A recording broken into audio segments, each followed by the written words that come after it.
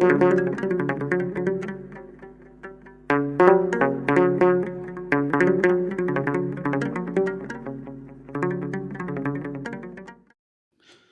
አብ ወወልድ ወመንፈስ ቅዱስ አሐዱ አምላክ አሜን። የተወዳችሁ በክርስቶስ በሰማያዊ ስፍራ በመንፈሳዊ በረከት የተባረካችሁ እግዚአብሔር በብዙ ጸጋ በብዙ ምሕረት በብዙ በጎነት የጠበቀን የጠበቃችሁ ፍጹም ቸርነቱ ምሕረቱ በጎነቱ የሚያኖራችሁ ከሰማያት ሲወርድ ከእናታችን ከእመቤታችን ተወልዶ ወንጌል አስተምሮ መስቀል ላይ በተሰቀለ ጊዜ የዓለም ዕዳ ሁሉ ሲከፈል ዕዳ የተከፈለለት የዳነ ሕዝብ ያረጋችሁ ሀብተ ወልድ ስመ ክርስትናን የሰጣችሁ ብሩካን እግዚአብሔር ልጆች ሁላችሁ እንደምንቆያችሁ ሁሉን የሚችል አምላክና ንጉሥ ኢየሱስ ክርስቶስ ከሰማያዊ አባቱ ከአብና ሕያው ከሚሆን ከመንፈስ ቅዱስ ጋር ለዘላለም የተወደደ የተመሰገነ ይሁን። እንግዲህ እግዚአብሔር ልጆች ቤተሰቦች ሆናችሁ አብራችሁን እንድትቆዩ በታላቅ አክብሮት ጠይቃለሁ። አዲስ ሰሚዎች ቤተሰቦቻችን በመሆናችሁ እግዚአብሔር ይባርካችሁ። አንድ አሳዛኝ ቤተሰብ አለ። መረጃዎቹን በደንብ እያስተካከልኩ ነው። የምናግዘው የምናቋቁመው እሱንም አሳውቃችኋለሁ ቅርብ ጊዜ። እግዚአብሔር እኛን ቤታችን ኑሯችን ሁሉ ይባርክ። ዛሬ ስለ ሳኦል ልጅ ስለ ሜልኮል ነው የምንማረው። ሜልኮል በስሟ ሁላችሁ ታቋታላችሁ። በተለይ ደግሞ በመጥፎ ታሪክ ነው ሜልኮልን የምናውቃት።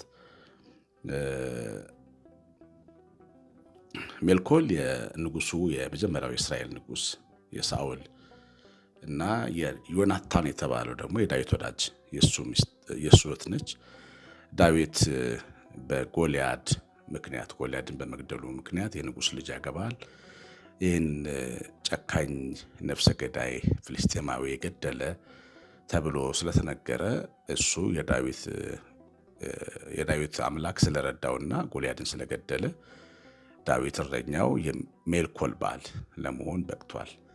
የሜልኮል ባል ሲሆን የቤተ መንግስት ባለሟሎች ከሆኑ አንዱ ወደ መሆን ይመጣል ማለት ነው። ከቤተ መንግስቱ ግብር የሚቀመጥ የሚመገብ የንጉስ አማካሪ ለንጉስ የሚላላክ ወደ መሆን ከፍ ብሎ አደገ ዳዊት። እንግዲህ ይሄ ወደ ቤተሰብነት ቢያስጠጋውም ግን ዳዊት ላይ የነበረው ብርቱ ጸጋ በሳኦል ፊት ብዙ የተወደደ አልነበረም። ስለዚህ አብዝቶ በዳዊት አባቷ ይቀና ነበረ፣ ሊገድለው ይፈልግ ነበር እና ሁለት አይነት ቅናት ነበር። አንደኛ እሱ በእስራኤል ሴቶች መካከል ከንጉሱ ከሳኦል በላይ ሆኖ ስለተቆጠረ ዳዊት እልፍ የገደለ ሳኦል ሺህ የገደለ ተብሎ ሲዘመር ይሄ ተበልጫለሁ የሚለው ስሜቱ እንዲጠላው እንዲቀናበት አድርጎታል። ሁለተኛ ደግሞ ንጉስ እንደሚሆን በዚህ ልክ የሰውን የሕዝብን ትኩረት ከሳበ ንጉስ ይሆናል የሚል ፍርሃት ስላለው እኔ ከሞትኩ በኋላ ለልጆቼ መተላለፍ የሚገባው ስርወ መንግስት ይወሰዳል የሚልም ስጋት ስለነበረው ዳዊትን ከመግደል ወደኋላ አይልም ነበር። ብዙ የግድያ ሙከራዎች አድርጎበት ነበር። ግን እግዚአብሔር ከዳዊት ጋር ስለነበረ የሳኦል ቤት እየደከመ የዳዊት ቤት እየበረታ መጣ። እንግዲህ በዚህ ውስጥ ሜልኮል ትልቅ ሚና አላት። ዳዊት በንጉሱ በሳኦል ልጆች የተወደደ ሰው ነበር። እጅግ በጣም የሚገርመኝ የመጽሐፍ ቅዱስ ሳጠና እሱ ነው። ወንዱም ዳዊትን እንደ ሴት ፍቅር ነበር የሚወደው፣ በጣም ነበር የሚወደው። ሚስቱም የሳኦል ልጅ ሜልኮልም አብዝታ ተወደው ነበር ዳዊትን። እንግዲህ ወንድምም እህትም ዳዊትን ስለሚወዱ ቤተ መንግስት ውስጥ የሚመከር የሞት ምክር ሁሉ ወደ ዳዊት ይደርስ ነበር፣ ሚስጥር ይሰማ ነበር እና እንዳይገደል ያገዙት ያስመልጡት ሁሉ ነበር። ይሄ እንግዲህ እግዚአብሔር ቸርነት፣ እግዚአብሔር ሲወድ ነው ሰው የሚወደው። እግዚአብሔር ልባችን ሲቀና ልቡ ለቀና እግዚአብሔር ልቡ ለቀና ለእስራኤል ምን ያህል ቅርብ ነው። ልባቸው ለቀና ለእስራኤል እግዚአብሔር ምን ያህል ደግ እንደነበረ የምናይበት ታሪክ ነው። እንግዲህ ዛሬ በተለይ ደግሞ ስለ ዳዊት ሚስት ስለ ሜልኮል ነው የምናየው። ሜልኮል ዳዊትን በብዙ መንገድ ረድተዋለች። ለምሳሌ አንደኛ ሳሙኤል ምዕራፍ 19:11 ላይ ከሞት አስመልጠዋለች። ሜልኮል በዚህ ሌሊት ነፍስን ካላዳንክ ነገ ትገደላለህ ብላ ላከችበት፣ ነገረችው። ከአባቷ ከሳኦል ልጅ ዳዊትን አዳነች ማለት ነው። እንደገና አሁን ያልኳችሁ ከላይ ነገርኳችሁን ታሪክ አንደኛ ሳሙኤል ምዕራፍ 18 ላይ አንብቡት።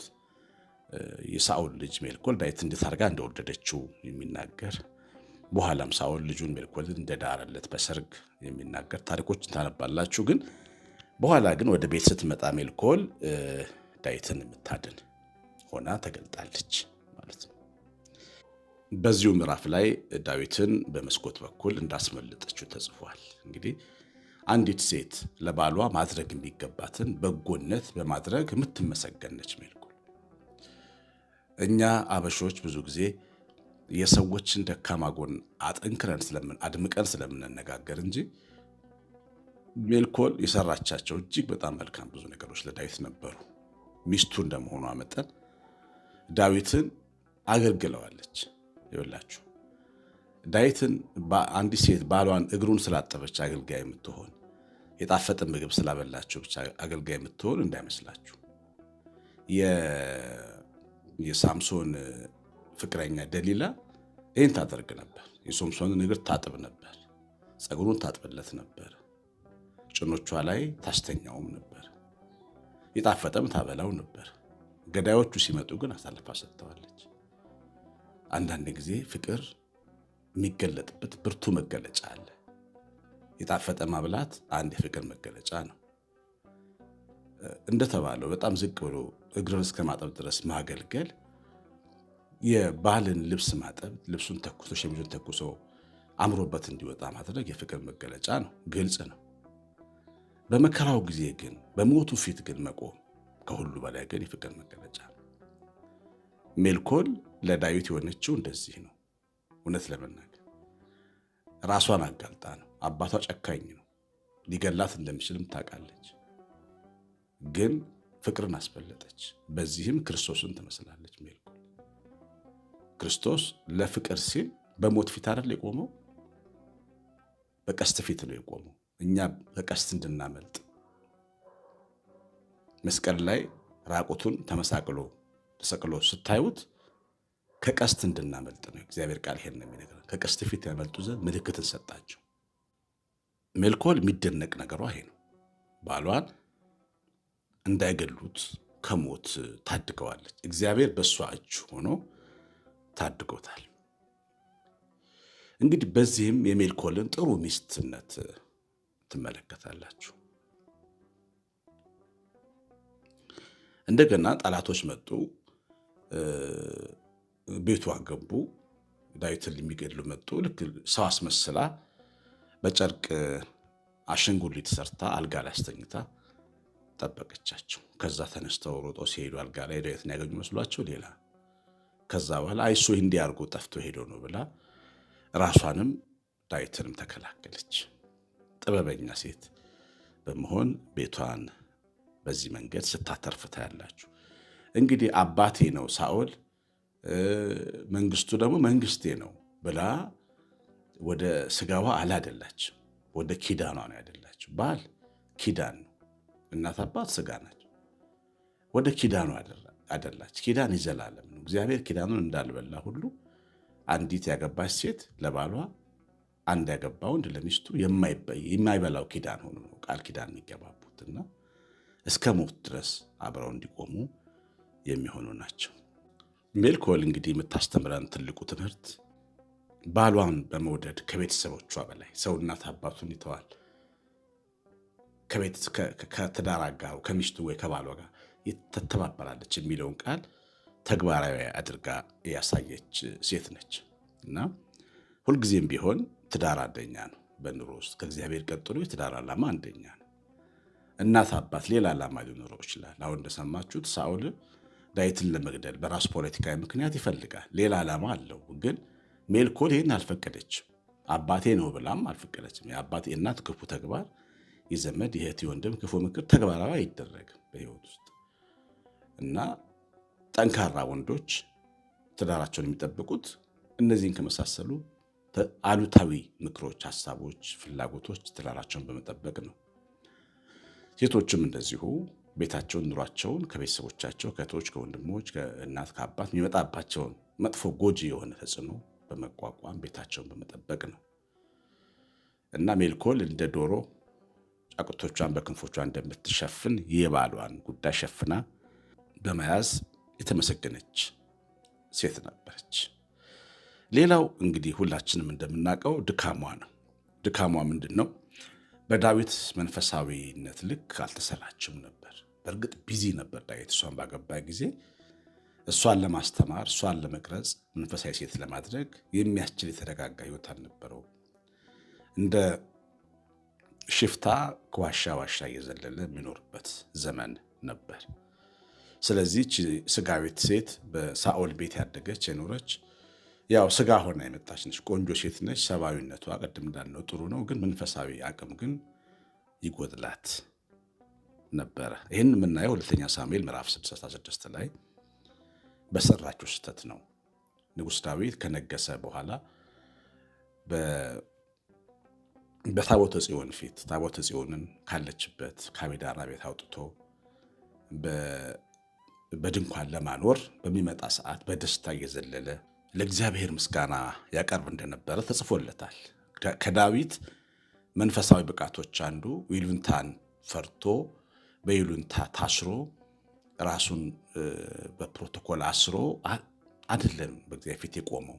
በቃ ራሱን ጥሎ ከሆንኩለት በላይ እሆንለታለሁ ብሎ የዘመረ ዘማሪ በመሆኑ ነው ዳዊትን በቤተ ክርስቲያንም ስሙ የሚመሰገነው በትውልድ ውስጥ።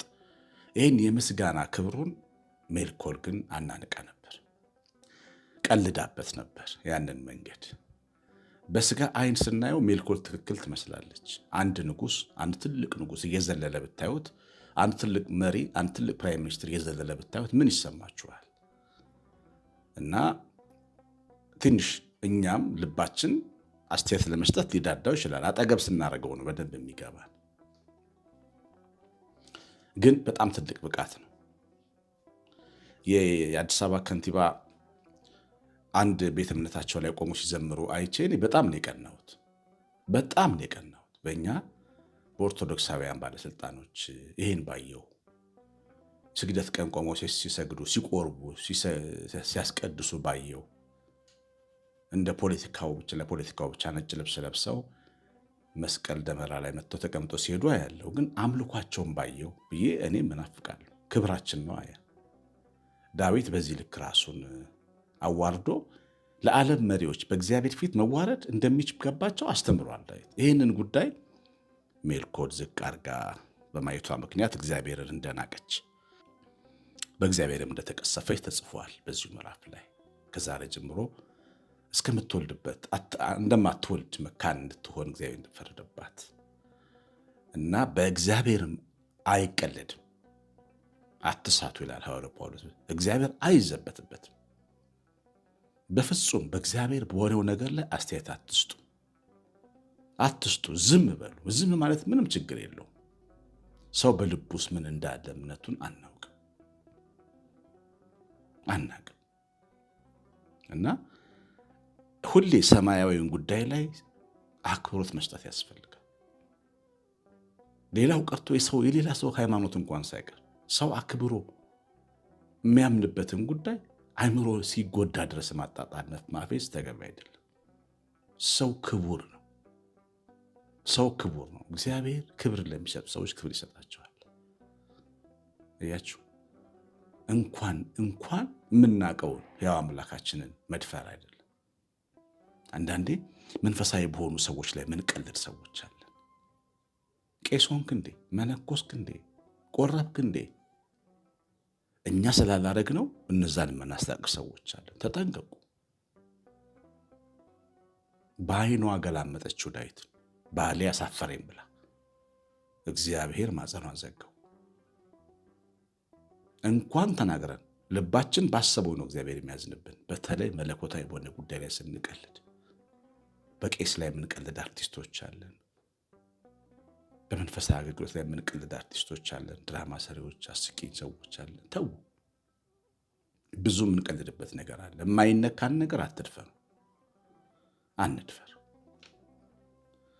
በእግዚአብሔር አምልኮ ስርዓት ላይ የምንቀልድ ሰዎች አለ፣ ምንም ሳናቅ ምንም። አንድ ወንድሜ የፕሮቴስታንት እምነት ተከታይ ነው እና ይቀርበኛል። አንድ ቀን በአንድ ጉዳይ እንዳማክረው ቢሮ የመጣ የተጫወትን እያለን ቅዳሴ ምንድን ነው ብዬ ጠየቅኩት። ቅዳሴማ ይቅርታ እንዳትቀየመኝ እንጂ ድግምተኞች የሚደግሙት የድግምት ድምፅ ነው ተብሎ ነው የተነገረን አለ። እሱ ከልጅነቱ ጀምሮ በዚህ እምነት ተከታይ ነው። ከዛ ቅዳሴ መጽሐፉን አውጥቼ አስረዳሁት። አሐዱ አብ ቅዱስ ከሚለው ጀምሮ እስከ እቱ በሰላም ሂዱ እስከሚለው እስከ ደሙ አገልግሎት የመቅደሱን የአምልኮ ስርዓት የኢየሱስ ክርስቶስን ስም የአብን ክብር የመንፈስ ቅዱስን ስራ ምስጋናውን ጸሎቱን ተነትንኩና አስረዳሁ። ተንበርክኮ ምን አለ? መንፈስ ቅዱስ ሆይ እባክህ ይቅር በለኝ ሳላውቅ ስለሰደብኩ አለ። ምን መሰላችሁ ልነግራችሁ የፈለግኩት፣ ሳናቅ የምንናገር ሰዎች በጣም ብዙ ነን። ዛሬ ደፋር የበዛበት ዘመን ነው። ሚዲያ ደፋር አድርጎናል። ገበናችንን አጋርጦታል። እባካችሁ መንፈሳችሁን ጠብቁ። ስለማታውቁት ነገር አትናገሩ። በዳዊት ልብ የተቀጣጠለውን እሳት ሜልኮል አላየችም። እሷ እንደ ዳዊት እረኛ አልነበረችም። እንደ ዳዊት ከጣለ ቦታ አይደለም የተነሳችው። እሷ የንጉሥ ልጅ ነች። በእንክብካቤ ያደገች፣ ችግር አታውቅም። ዳዊት ግን አፈር በልቶ ያደገ ልጅ ነው። እግዚአብሔር ከእረኝነት ቦታ አምጥቶ ንጉሥ ያደረገው ሰው ነው።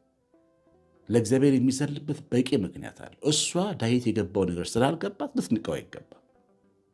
ዛሬ ሜልኮልን ለመቁሰስ ሳይሆን በዚህ መንፈስ የምናስብ ሰዎች እኛ ስላልደረሰብን ሰው ምናቅ ቤተ መቅደሱ ቆሞ የሚጸልይ የሚያለቅስ ሰው ስንመለከት አንዳንዴ ጴንጤ ሆነ ወይ እንላለን። ባለማልቀሳችን ማፈር ሲገባል የሰው ሲነካ እንገረማለን። መነካት የኛ እንዳደለ ይመስለናል። ልክ አይደለም። በራሳችን የማናቀው ነገር አስተያየት መስጠት ማቆም አለ። እግዚአብሔር እና ሜልኮል የምታስተምረን ይሄንን ትልቅ ትምህርት ነው። ጠንካራ ጎኗም ደካማ ጎኗም ተጽፏል። ይሰማኑን በልባችን ይጻፍ። መንፈስ ቅዱስ ይባርካችሁ። ጸጋ በረከቱ ኃይሉ ፍቅሩ በልባችሁ ውስጥ መብራት ሆኖ ይብራ። የእግዚአብሔር ቸርነት የእናታችንን በቤታችን ረድኤት በረከት የመላእክት ጥበቃ አብሮን ይሁን። ኮሜንት ስለምታደርጉ እግዚአብሔር ባርካችሁ። ላይክ ስለምታደርጉ በጣም ቪዲዮ እንዲሰማ እንዲታይ ያደረጋችሁ ነው። ዘራችሁ ይባረክ። ቀሲስ አሸናፊ ነኝ። ሰላም።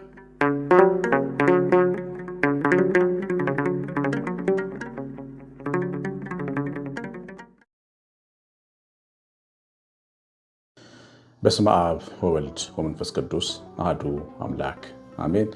እግዚአብሔር አምላካችን ይህን ጊዜ ስለሰጠህ እናመሰግናለን። ተወደድከው፣ ተባረከው።